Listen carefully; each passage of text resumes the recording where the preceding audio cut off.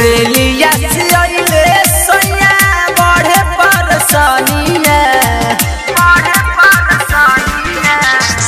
रेलिया से अइले सैया बढ़े परेशानिया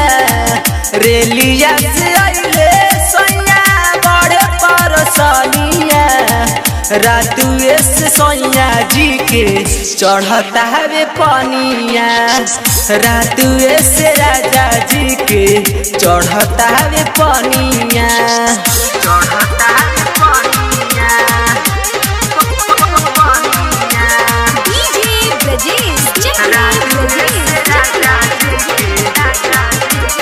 डिजिटल ऑडियो स्टूडियो चिरैया। कहत रही पिया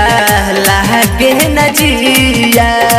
सोरहो सिंगार हमर भइले अब फीका कहत रही पिया लागे न जिया सोरहो सिंगार हमर भइले अब फीका ई का हो बाइले सखी दर्द कर माथावा ई का हो बाइले सखी दर्द कर माथावा रातुए से सैया जी के चढ़ता है पानिया रातुए से राजा जी के चढ़ता है पानिया श्वेता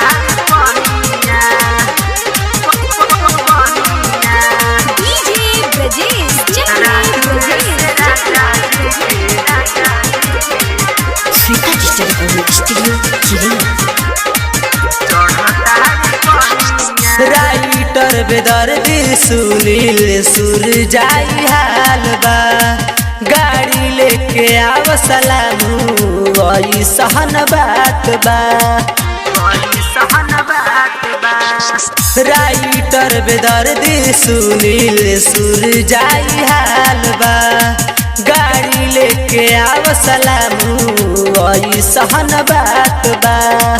राजा जी सुनील मगन कैसे कटी रतिया राजा जी सुनील मगन कैसे कटी रतिया रातुए से सैया जी के चढ़ता है पानिया रातुए से सैया जी के चढ़ता है पानिया रेलिया से अइले सैया बढ़े परेशानिया माहिर माई रेलिया से अइले सैया बढ़े परेशानिया